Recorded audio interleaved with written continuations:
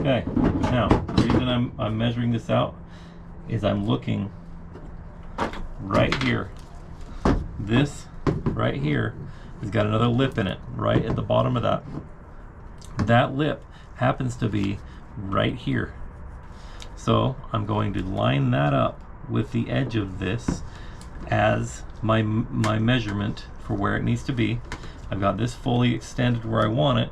Now, since I have a little bit of leeway inside of this, I'm going to measure exactly or slightly short versus long on the other one. So the reason for that being, if I'm short with this, I'm not going to be able to have any movement to be able to put it back together, meaning it's going to miss, and I'm going to have to pull everything apart and try to salvage fittings. I don't want to do that. So, in fact, in this case, being that this collar in here may actually be in slightly farther than this, I'll err on the side of caution and go right there, so that I've got that is equal to about right there. Now, ratchet cutters. When these were introduced, or when I first saw these were a game changer, because using a hacksaw for something like this was not only laborious, but also it wasted so much time and money because you're sitting there just sawing away. That's when I started. Nobody even had sawzalls. It was all hacksaws. Okay, again, I'm going to do the gluing. Hopefully I'm not blocking anything when I'm trying to keep the glue from getting all over everything. Okay. Now, one of the things, when you get this in, it has to actually etch into the pipe. You can see some places where I'm hitting it and it kind of goes thin. I try to make sure that it's always etching into the pipe and not leaving any residue on there.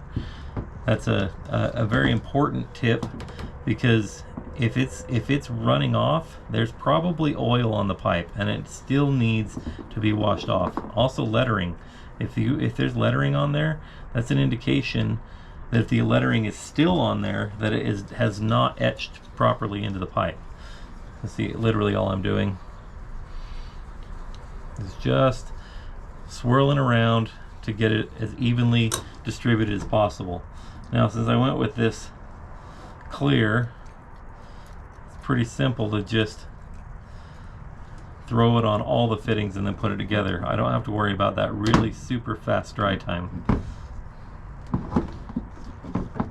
I can get that on there, there we go. Just getting it out of my hand so I can still do this. And now, according to the bottles, typically twist those about a quarter turn, eighth turn, so about that much to distribute the glue.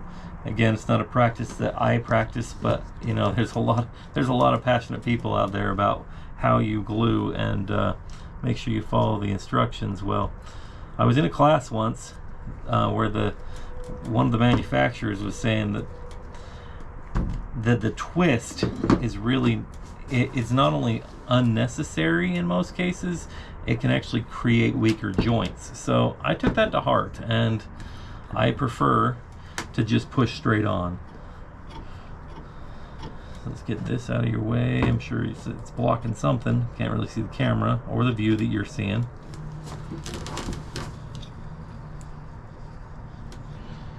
Okay. Again, it's the same process.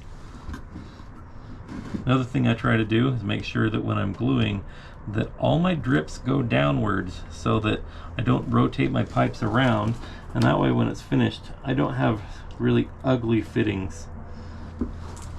Okay, this, you just push it in. You can twist like I was saying, but I'm not going to. But you just literally just push that sucker in and it's done. Now, with this being able to be separated, you can actually do this in two sections. You can, as long as you know what your distance is, you can put this on separate and put this on separate and then tighten the whole thing together.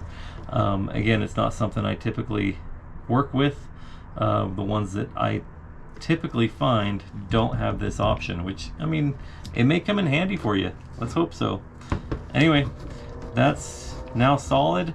I'm sure I could pull that one apart if I wanted to, but I'm not getting any pushback at all. Another good practice is that if you have any beaded glue like this one is to wipe it off. So get a field rag and just wipe off that excess glue, because excess glue and excess primer can actually weaken the joint in that spot. So it's not a bad idea to go back over and wipe everything down. I would recommend that if you have the ability to do so.